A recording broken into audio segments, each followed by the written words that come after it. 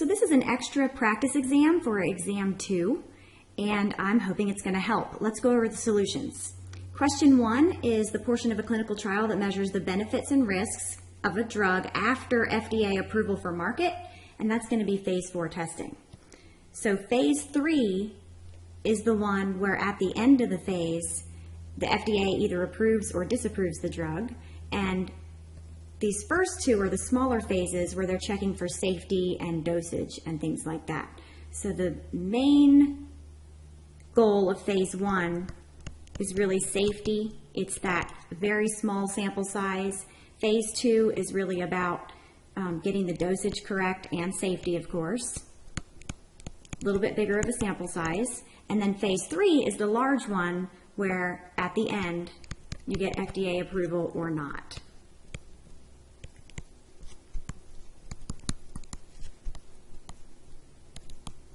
Approval or not. All right, and then phase 4 is the aftermarket studies where we still monitor the benefits and risks to society after it goes out on a large scale basis. Okay, so question 2 is about the Institutional Review Board, and that is very important to know what they do. They don't do anything else except make sure that the rights and welfare of human subjects are protected. So C is going to be the answer here, making sure the patients in the trial have minimal risk for harm. So question 3 is starting in on the measurement chapter. The setup is there's a plastic strip thermometer, and we're going to look at these change color to show the temperature. And the average normal body temperature is 98.6 degrees Fahrenheit. So what is the unit of measure? And then question 4 is about the variables. So remember on these, we said go ahead and list out the variable right away before you even read the answer choices. And you want to remember that variable is the thing you're trying to quantify. That's the thing you're getting measurements of. So the variable is thing you are trying to quantify, or the thing you're trying to get measurements of. So here, what are we trying to get measurements of? Well, we're trying to get measurements of body temperature.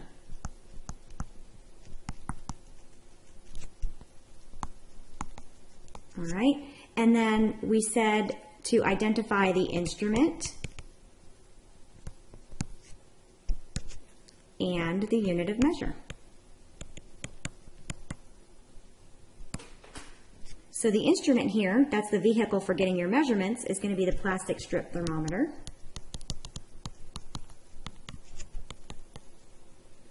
And the unit of measure is inches, you can think of, on a tape measure. So here, what are our increments of measurement, the units of measure? That's going to be degrees Fahrenheit. Okay?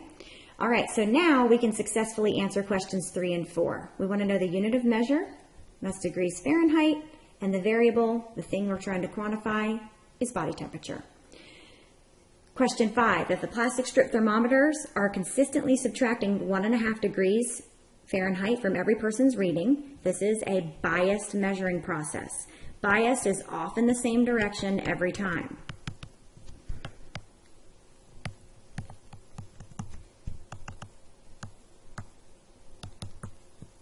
Okay, if we take several measurements on the same person and get different results each time, some too high and some too low, we would call this measuring process unreliable. So if we take repeated measurements on the same individual and get different measurements for that same individual, that's not predictable, it's unreliable. Bias is about consistently subtracting or adding the same amount every time. Taking a look at the box plots on employee data from IBM, we're looking at salary by gender. So the variable salary is what kind of variable? Well, salary is on the vertical axis, and it's numbers. It's definitely a numerical data set, and so we're going to say that is quantitative. And the variable gender is a categorical random variable. We're just putting people into categories, male versus female, and it doesn't have a natural ordering to it, so it's going to be nominal. Now we could split hairs and ask you what type of quantitative random variable we have for question 7, continuous or discrete, but usually we'll be a little bit more clear when we want you to split hairs. So any kind of what we say is a scientific sort of measurement, height, weight, mass, volume, speed, torque, velocity, etc. Those are going to usually be continuous because theoretically we could, if we had a measuring instrument that was precise enough, we could go out to infinite decimal places and put those values on a continuum. And then a discrete random variable is where you have distinct cutoffs between the values. And so usually that's going to be when you're counting something, like the number of blue-eyed people in the room. But this question didn't ask you to split hairs, so we just had to identify salary as a quantitative random variable. Which gender has the largest median? Well, the median is the line that divides the box plot. So the higher one is going to be for males. And then which gender has the highest variability? That's who has more spread. The males have more spread in the salary if you look at the interquartile range, and they also have more spread in the salary if you look at the full range. So the males have more variability in their distribution. All right, looking at our histogram on the right, this data set is best described as skewed left. So skewed left means that the tail is on the left. And remember, another way that you can remember what skewed left is from skewed right is that if we kind of think about overlaying a bell curve over top of this, this would be the left-hand side of the bell curve. All right, so the mean of the data set in a skewed left distribution is going to be less than the median. Remember, the mean is the balancing point in the distribution. And so it's going to have to go in the direction of these extreme observations in the low end of the distribution to pick the seesaw back up. So in a skewed left distribution, the mean is less than the median. And accordingly, in a skewed right, the mean is greater than the median. And in a symmetric distribution, they're approximately equal. Looking at the table on the right for question 13, column B is the what? The frequency, the relative frequency, or the variable. Now, what's the variable here? That's the thing we're trying to look at, the thing we're trying to quantify, the thing we're trying to get measurements of. That's going to be number of children. Column A, or column B, question choice A, is going to be the frequency. All right, so column B is the frequency because that's the number of observations, the number of families that had 0 children. Now, column C is turning that into a proportion. So column C is going to be the relative frequency. We didn't ask you about that, though. We only asked you what column B was. An appropriate graphic to illustrate these data. It's not a pictogram because we don't generally recommend those. A line graph shows change over time.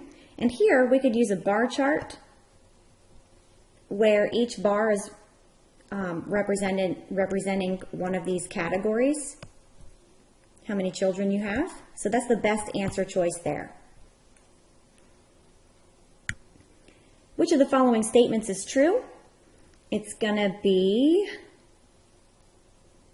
B. In a skewed distribution, one should report the median as part of the 5-number summary.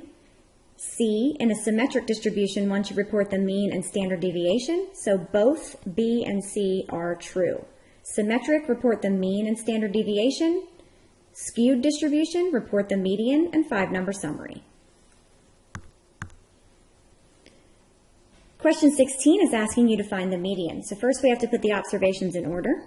Looks like we've got a 1, 2, 3, 2 5s, a 7. Whoops, I missed 6. This is why I cross them out as I go. 8, and 2 10s. All right, so how many observations do we have? It looks like we've got 10. So the lower half of the data is the lower 5, and the upper half of the data is the upper 5. So we don't have an exact middle value here. So the median is going to be halfway between 5 and 6, which is going to be 5.5. Then the first quartile is the median of the lower half of the observations. In the lower half that we have underlined, we have 3 as our middle value. That's going to be the median of the lower half of the data, so Q1 is 3. And if you're interested, Q3 is going to be the median of the upper half of the data, which is 8. Which of the following statements is true concerning the mode of a data set, or this data set? There are 2 modes because we see that 5 is repeated twice and so is 10, and that's the highest number of repeated observations. So there are 2 modes here, and that is our answer. 2 modes makes it bimodal. An advanced physics class typically has about 80% of its students who did very well on the prerequisite course and get okay exam grades, and 20% of its students who did very poorly in the prerequisite course and get very low exam grades. If the professor wants to scare off the weaker students before registration next semester, he should report. Okay, so how should we think about this? If 80% of the students, let's think about the distribution here for grades. And let's just say that, you know, a 90's up here, an A, 80, 70, 60, 50, on down, okay? What would our histogram of grades look like if we were considering this distribution of grades? Well, 80% of the students did very well and get okay exam grades. So that means 80% are somewhere, I don't know, we can just make up some histogram bars, probably up in here. And it says that the other 20% get very low exam grades, okay? So that means that there are some bars way down here, all right? Now what's going to happen in a distribution where you've got a lot of outliers in the low end of the distribution? That's going to make the mean lower than the median. And so if the professor wanted to scare off students for the next semester, he would report the mean rather than the median, because the mean would be lower than the median in that grade distribution, because you've got some exam scores that are much, much lower than the rest of the class. All right, question 20. Heights of a group of women that are approximately normally distributed with a mean of 65 inches and a standard deviation of 2.5. So we're going to be looking at a normal distribution question. So the first thing we want to do is label our normal distribution. So the first thing that we do is we plunk down the mean. So the mean of this distribution is 65 inches. So we're going to plunk that down right in the middle of the distribution. And the next thing that we do is add and subtract the standard deviations. So notice that the standard deviation is 2.5 inches. That was given to us in the wording of the question. So a person who is 1 standard deviation above average in height is going to be 2.5 inches taller than 65. So that person's going to be 67.5 inches tall. 2 standard deviations above average is just adding another 2.5 inches. So that would put the next person at 70 inches tall. And 3 standard deviations above average is adding another standard deviation, which is 2.5 inches here, so 72.5 inches. Now we need to label our negative z-scores. So a person who is at -1, that is 1 standard deviation below average, is going to be 2.5 inches shorter than 65 inches. So that person's going to be at 62.5 inches. 2 standard deviations below is subtracting another 2.5 inches, so that's 60 inches. And 3 standard deviations below, of course, is subtracting another 2.5 inches, which is 57.5 inches. So the next thing we do is label our percents so that we can calculate probabilities or percentiles in this normal distribution. And these percents under the normal curve don't change from question to question. So these are the same numbers that we'll use every question that we have a normal distribution. So remember that 34% of the observations are here and 34% here. 13.5 was next. 2.35 and 0.15. And how did we get those values? We got the values using the empirical rule, or the 68, 95, 99.7% rule. So it's a good idea to go ahead and just remind ourselves of that by drawing it down here. So within 1 standard deviation, there are 68% of observations. Within 2 standard deviations, there's 95% of observations. And within 3 standard deviations, there are 99.7% of observations. Now we're ready to answer all the questions that relate to this normal distribution. So the first one asks, at what percentile is a person whose height is 67.5 inches? So let's take a look at where 67.5 inches is. It's right here. So it's right at 1 standard deviation above the mean. So 67.5 inches is right here. Now the definition of a percentile is the value in a distribution such that that percent lies below it. So we want the percentile ranking for 67.5 inches. So what percent is below 67.5 inches? Well, remember that in the bottom half, below the mean in the normal distribution, those 4 numbers, if you punch them in your calculator, 0.15 plus 2.35 plus 13.5 plus 34 equals 50%. And then we have to add in this last little bit of area here that gets us up to the 67.5%. So that's the 84th percentile of this normal distribution. So a person that's 67.5 inches is at the 84th percentile. Okay, so the answer to question 20 is that a person at 67.5 inches is at the 84th percentile.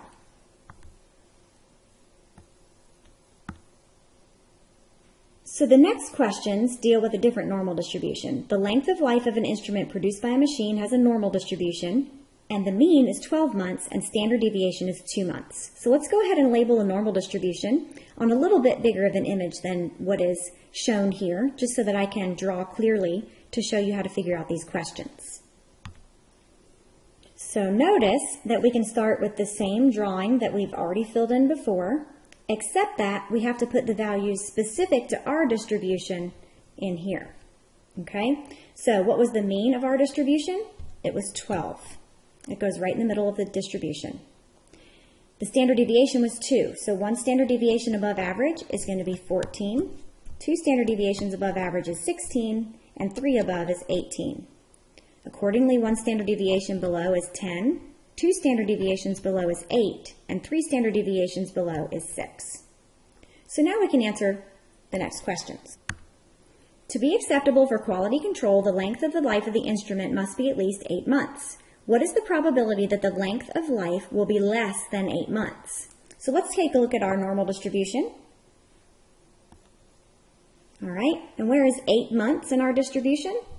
It's right here. So the probability of being less than 8 months is all the area to the left of 8 under the normal curve. So that means we just simply have to add 2.35 to 0.15. And if you punch that in your calculator, you're going to find out that equals 2.5. So the answer here is that 2.5% chance that the length of the life will be less than 8 months.